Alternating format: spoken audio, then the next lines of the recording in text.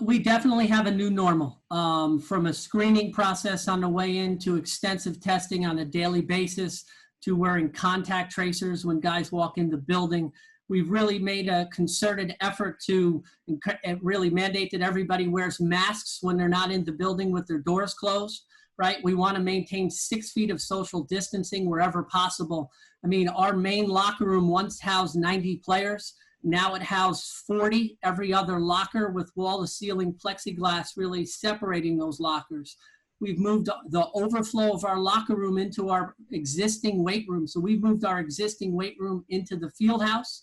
We've put about 40 lockers, in the previously existing weight room and moved our weight room of about 9,000 square feet out into our field house of about 20 yards worth of setup to really improve airflow and allow for us to maintain that social distancing in small groups while guys are in the building.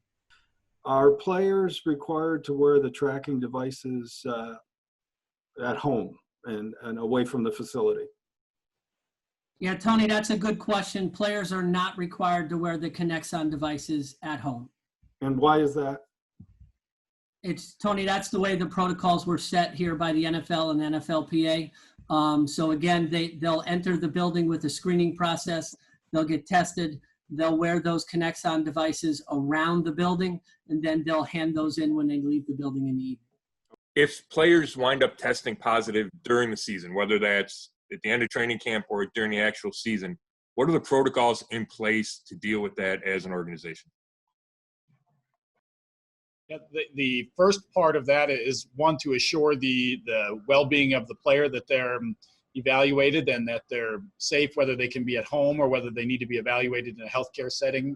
But first and foremost is to get that player out of the facility and into an area where he can safely quarantine. So that's number one, is removal from the environment and making sure that they're in a safe quarantine space for both the team and their family.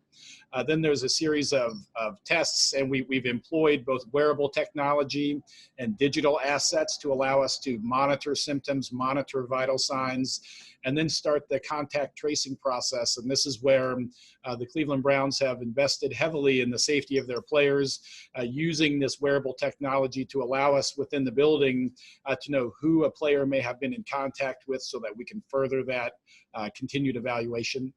Then once the player has undergone the appropriate time of quarantine and is symptom-free, there are a series of tests and screens that the player undergoes to assure that they are healthy to return to play and that their testing is negative before entering the building, so that they can both protect themselves as well as their teammates when they return.